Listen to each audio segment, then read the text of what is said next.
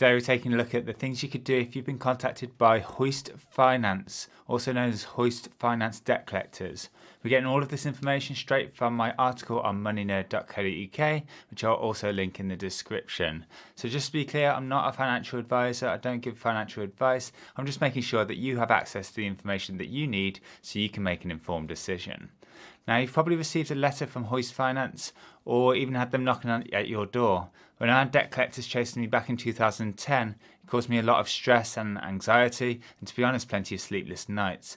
But since then, I've worked in the credit card industry for over 10 years, and I'm happy to say I've been able to use the information that's contained in this video to become debt-free. So today, I'd like to answer 5 frequently asked questions, like are Hoist Finance even legitimate?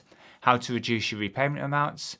How to stop Hoist Finance from contacting you, what happens if you ignore them, and what they're not allowed to do when they're contacting you to collect your debt. So question number 1, are Hoist Finance legitimate? If you received a letter from them in the post, this is probably your first question. If you don't recognise the company name, it might be that they've purchased your debt or they're a debt collector collecting on behalf of another company. I can confirm that Hoist Finance is a UK registered company, and whilst there are a bunch of scams out there when it comes to debt collectors, I'm afraid this is unlikely to be a scam. However, you should never pay unless you're certain that the debt is yours. You're well within your rights to ask Hoist Finance to provide proof that the debt is yours. And I've got a free letter template that you can use to confirm that the debt is yours and confirm exactly how much you owe. It's totally free and I'll link that in the description. Okay, question number 2. What happens if you ignore Hoist Finance? Well, if you ignore debt collectors, your problem could escalate and become very serious. Hoist Finance does have the right to take court action against you, and if you were to ignore court letters, then you could end up with a county court judgment, which could have a major impact on your credit score and your chances of borrowing money in the future. If you do get a county court judgment and you still don't pay, this could ultimately result in bailiffs coming to your home to take your valuable items or even your car. There's a big difference between having debt collectors like Hoist Finance chasing you and having bailiffs come to your home. So I can't urge you enough, now's the time to take action on your debts whilst there's still options available to you. So please don't ignore Hoist Finance, and we'll get to what you should do later in this video. Question number 3. What are the rules that Hoist Finance need to follow? Well, despite being legally appointed to collect your debt or outright owning your debt, there's several things that Hoist Finance can't do when it comes to collecting debts. Knowing what Hoist Finance can and can't do will make you feel a lot more comfortable and confident when dealing with them. So here's the things they're legally not allowed to do. They're not allowed to visit your place of work unless you give them specific permission to do so. Before this rule was in place, some debt collectors would show up while you're working and try and make things awkward for you as a way of sort of pressuring you into paying. And on a similar note, they're not allowed to speak to neighbours, friends or family about your debt. Again, this is to stop them trying to embarrass you or shame you into paying your debt. Hoist Finance can't contact you or visit your home at unreasonable times of the day. For phone calls, most people would agree that calls before 8 AM are too early and calls after 9 PM are too late, but your circumstances might be different, for example if you work night shifts. If you can't take calls during certain times, then tell them. They should keep a record of this and avoid calling you during those times.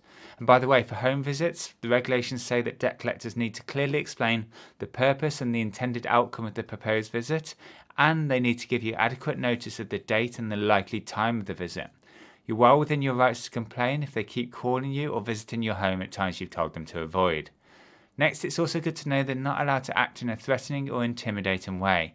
Also, they should never pressurise you into paying larger instalments than you can afford or hitting payment deadlines that are impossible. The regulations also say they're not allowed to pressure you into selling your home or to take out more credit to pay your debts. Also, it's good to know debt collectors can't pretend to be bailiffs or enforcement agents. Unlike bailiffs, debt collectors can't force their way into your house and they can't refuse to leave if you ask them to. And they're certainly not allowed to take any of your possessions or clamp your car. Question number 4 is how long can you be chased for debt?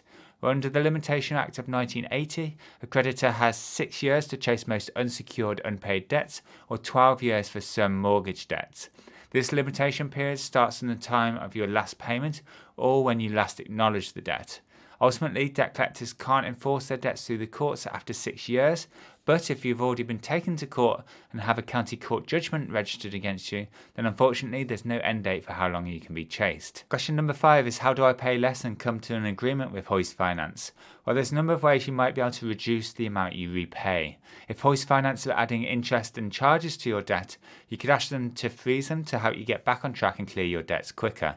Debt collectors are more likely to reduce interest and charges if you can prove that you're in financial difficulties. You could put together a budget showing your income and essential living costs so you can clearly demonstrate that what you can afford and if you're in financial difficulties. You can use that same budget to negotiate reduced payments. Again, for this you'll need to show why you can't afford higher repayments. So make it clear that showing your income and essential living costs so you can clearly demonstrate what you can afford.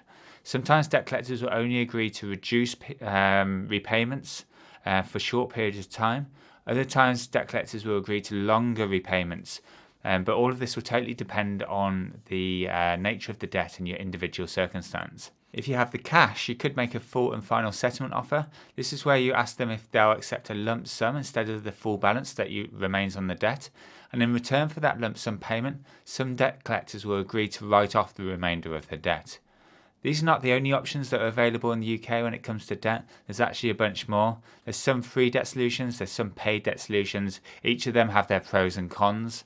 If you want to learn more about these debt solutions that I mentioned in the video, or some of the debt solutions that I haven't mentioned in the video, then you can check out my website, which I'll link in the description below.